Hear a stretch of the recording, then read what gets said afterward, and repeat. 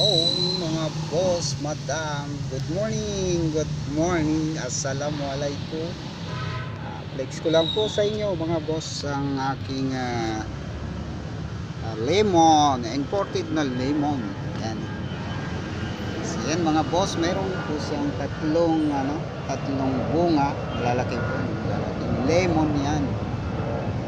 So imported po yan. So nakatanim lang po siya sa isang